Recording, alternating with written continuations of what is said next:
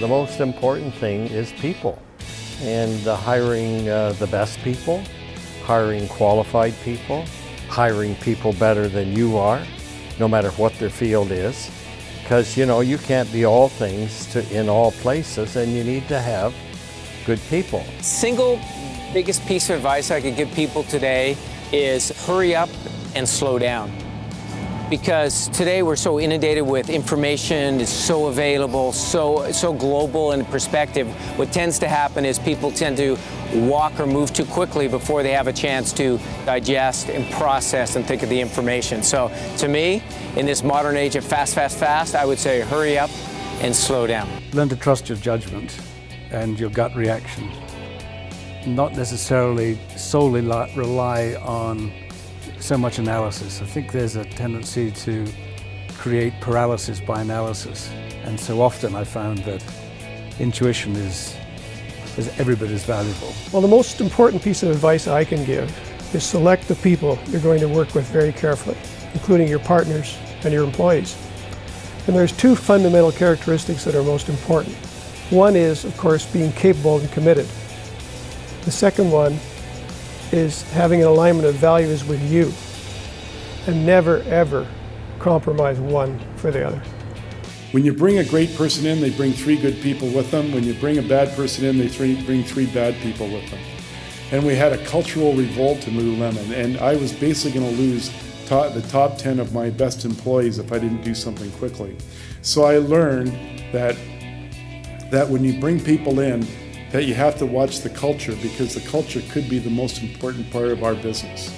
Technology is changing so fast now, and it creates threats and opportunities for the businesses that we're in. So I would say stay on top of the technology in your industry and stay close to your business. What the most important advice? Be persistent. Keep driving hard every hour, every day, and get the team feeling the same way. Be persistent with a positive attitude. Be excellent at the basic fundamentals, whatever your business. In the grocery business, those basics were, we emphasize that with our employees right from day one, and continue to foster with training programs.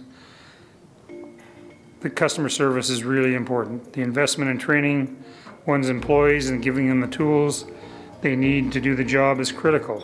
Well, I believe that it's important that whatever you choose for your occupation, you want to love it like there's no other occupation, and put everything you've got into that. And I think that if you can push what you like, it's never a job. And if you can carry it, that's where it all happens. You got to love what you like and do what you want to do and do it well.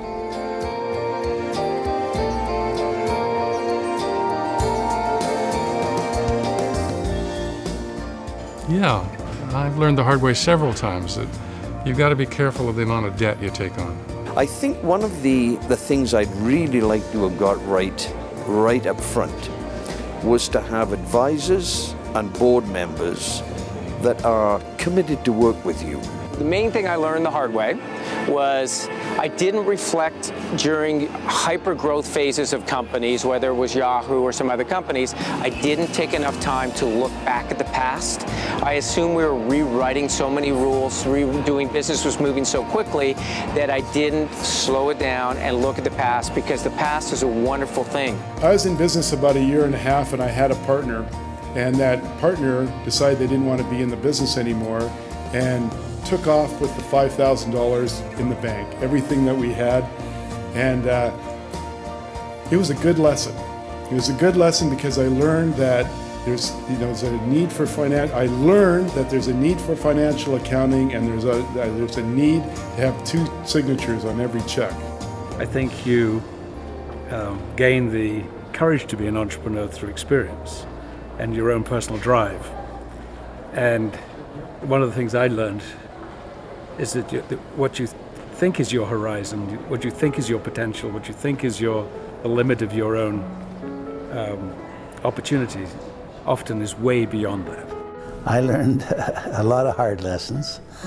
I made a few deals around the world that I lost a lot of money, but I made a few more deals that I made a little money, And if you don't keep venturing out and trying and give it a test, you'll never know what you're going to get. If you get the guts to go in and get it, it'll happen. When times are really good are the most dangerous times. And if you make moves at the top of a cycle, it can destroy you and your company. And when people are saying it's going to be different this time, is the most dangerous time of all. Being an entrepreneur is not for the faint of heart. All of you entrepreneurs in the room know that being successful in business takes risks. But the first step is generally leaving a secure job and a salary, and that takes courage. In my own experience, you better be prepared early on to work very long, hard hours, 7 days a week.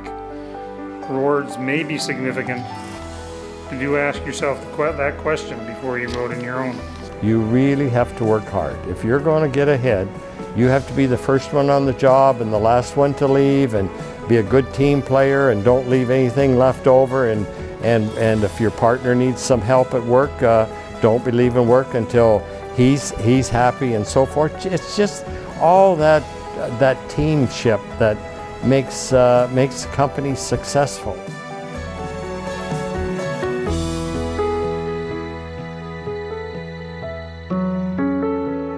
Several ways. Financial is the most common way, but you get a lot of personal satisfaction out of the goodwill of the friends and the customers that you develop. And I always treated all my customers as my friends, and they soon become your customers, and it works forever. I'm frequently asked what made us successful, and I sum it up this way. Try to hire people who like people, and then give them all the responsibility they can handle. Be honest with customers, employees, and suppliers. These are your partners. Are we growing? Are we profitable? Are we pulling ahead of our competitors?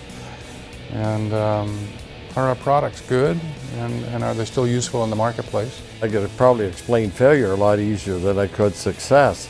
But success, I guess, is something that you've built an organization that is long-lasting. Like our company just had from a license point of view, our 40th anniversary. It's very difficult to actually put one person's measure of success into another person's head. But in the business world, I think you start out with, to my mind, a goal, an objective and a vision. And then you really have to judge yourself as to how you're achieving that vision. I'm pretty old school in measuring success for businesses. What I really get when it's all said and done, assume the big assumption that it's financially stable business and it's doing well. What I really love is I love to see people coming to work and being employed. Because when you look at an individual, if you created a new job that didn't exist, how many lives that can impact is really a wonderful thing. How do you measure success? I mean, for me, it's very, very simple. I always ask the companies I'm working with a simple question. What was sales last quarter? And is it up from the quarter before? And is it up from the same period last year? It's sort of fundamental that success in business means making a profit and creating value. If you can't do that for your shareholders or for yourself, you're out of business, right?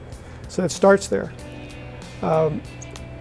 But as you grow the business and you manage to build it more and more, there are some other things that at least to me, I measure success by.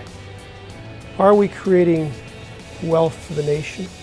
Are we employing people new in their careers starting off and watching them build their careers, raise their families, and be good citizens of the country was one of the biggest, the greatest things for me to watch and one of the things I'm most proud of.